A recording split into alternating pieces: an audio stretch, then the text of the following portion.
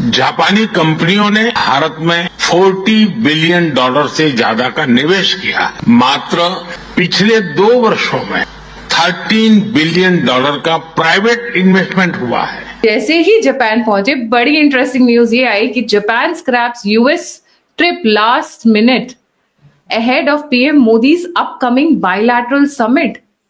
इससे बड़ा थप्पड़ डिप्लोमेटिकली कोई हो नहीं सकता है। आफ्टर ऑल इंडिया अपने बारे में बहुत हाई ओपिनियन है इंडिया का। इंडिया को बड़ी अहमियत है in the international community. India और जापान जो है उनकी जो पार्टनरशिप है वो स्ट्रेटेजिक है, वो स्मार्ट है। They are working in every sphere of life. जिसको जाना है अमेरिका वो इन्वेस्टमेंट नहीं करता है अमेरिका में, वो कहता है कि रुको, हम करेंगे लेकिन अभी रुको। और उसी वक्त उसके 24 घंटे के अंदर अंदर मोदी जी ये कहते हैं कि एक काम करो, इंडिया में इन्वेस्ट करो।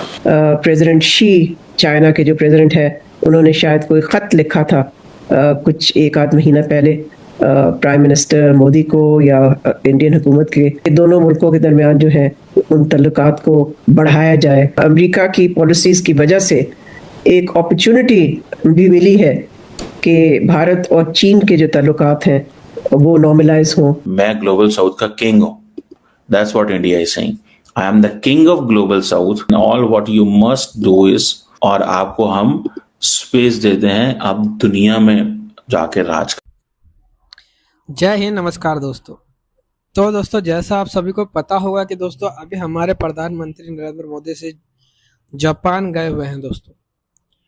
और जापान जाते ही जब उनका स्वागत हुआ तो इतना ग्रैंड वेलकम हुआ, और दोस्तों गायत्री मंत्र के साथ उनका वेलकम किया गया, जिसको देख के दोस्तों भारतीय होने के नाते दोस्तों काफ़ी ज़्यादा प्राउड फील हो रहा है, क्योंकि ऐसे हमारे भारत के प्रधानमंत्री कहीं जा रहे हैं और हमारे ही कल्चर में उनका स्वागत हो रहा है, तो कितनी बड़ी बात होगी उस वर्ल्ड लेवल पे। और दूसरी तरफ दोस्तों ट्रम्प भी कॉल कर करके परेशान हो गए मोदी जी को, पर मोदी जी उनका कॉल का जवाब नहीं दे रहे। मोदी जी ने उनको बता दिया है कि भाई साहब, भारत कोई छोटा मोटा देश नहीं रह गया, अब ये किसी की सुनने वाला नहीं है, ये अपने मन की करेगा। अगर तुम हमारे साथ अच्छे रहोगे तो हम आपके साथ अच्छे रहेंगे। और दोस्तों दूसरी तरफ पाकिस्तान तो भाई साहब बिल्कुल जल खोल लिया है इस बात को लेके, क्योंकि पाकिस्तान को कितना सहारा दे रहा था अभी अमेरिका। और पहले जब दुश्मनी होती है चाइना भारत की, तो दोस्तों चाइना पाकिस्तान को सपोर्ट करता है, मतलब ले दे के भारत से भिड़ाने के लिए पाकिस्तान को कोई भी तैयार रहता है। पर हालांकि ये भूल जाता है कि पाकिस्तान भारत का कुछ उखाड़ सकती नहीं है, तो नए नए पैतरे अदर कंट्री वाले करते रहते हैं भारत के लिए। तो दोस्तों आइए देखते हैं कि बाकी मीडिया का इसके ऊपर क्या रिएक्शन है। इंडिया अपने बारे में बहुत हाई ओपिनियन है इंडिया का। और बाय द वे अमेरिका ने और यूरोप ने उसको जवाब भी दिया हाई ओपिनियन रखने का। इंडिया को बड़ी अहमियत है इन द इंटरनेशनल कम्युनिटी, तो इसलिए नाराज तो थे वो तो झगड़ा ही इसी बात के ऊपर हुआ है कि भाई we don't take dictation from anyone, हम मीडिएशन नहीं चाहते, हम हाइफनेशन नहीं चाहते बिटवीन पाकिस्तान एंड इंडिया, और वो तो नाराज थे, इसमें कोई शक ही नहीं है। वो अब जाहिर है कि डोनाल्ड ट्रंप को वो अपनी पब्लिक के लिए दिखाना चाहते हैं कि हमने स्नब किया उसको। होगा अमेरिका का प्रेसिडेंट, करना चाहता तो कर ले जो करना है, मगर we are not a small nation जिसके साथ आप ये कर सकते हैं। ब्राजील जैसा वो भी खड़े हो गए ना, देखे ना आप, ब्रिक्स, रशिया, ब्राजील खड़ा हो गया है ट्रंप के खिलाफ, रशिया खड़ा हो गया जी, इंडिया आई था, अब इंडिया भी खड़ा हो गया, चाइना तो है ही है। तो ये मतलब है कि India has followed the BRICS line कि वी आर इंडिपेंडेंट। अब वो नेशन और ब्लॉक्स बनने शुरू हो गए ना वहाँ, तो आई थिंक इंडिया ने यही फैसला किया कि हर सारे अंडे हमने अमेरिकन बास्केट में नहीं रखने, और हमारे बड़े तारीखी तल्लकात हैं विद रशिया, वो हमने नहीं छोड़ने। जापान कह रहा है कि हम $550 अरब इन्वेस्ट करेंगे अमेरिका में। जो डोनाल्ड ट्रंप बात कर रहा है, जो डोनाल्ड ट्रंप का लिटरली पलटवार है, वो तो जापानीज पैसे की चोरी है। ये आकिज़ावा ने मना कर दिया, करा मैं जाऊंगा ही नहीं, पहले क्लैरिटी तो दो, मैं जाके वहां पे करूंगा क्या। और सबको यही बात का डर है। दोस्तों मैं एक और बात आपको बताता हूं, ये देश क्यों मना कर रहे हैं अमेरिका जाने के लिए। It's very important to know why. Recently, it came to light that Prime Minister Modi had refused to take Donald Trump's phone calls at least 4 times. That is what a German newspaper said. और यहाँ पे Akizawa जो है top trade negotiator of Japan, वो कहता है मैं America नहीं जाऊंगा। इसका मतलब ये नहीं है कि मोदी जी ने ट्रंप को ठेंगा दिखा दिया या Akizawa ने ठेंगा दिखा दिया। नहीं, बात वो नहीं है। बात ये है कि देश डरे हुए हैं। लोग कहते हैं यार ये आदमी बावला है, ये कुछ he can say anything at all. He can say anything at all. ये कभी भी कुछ भी कह सकता है, ये कुछ भी कह देगा।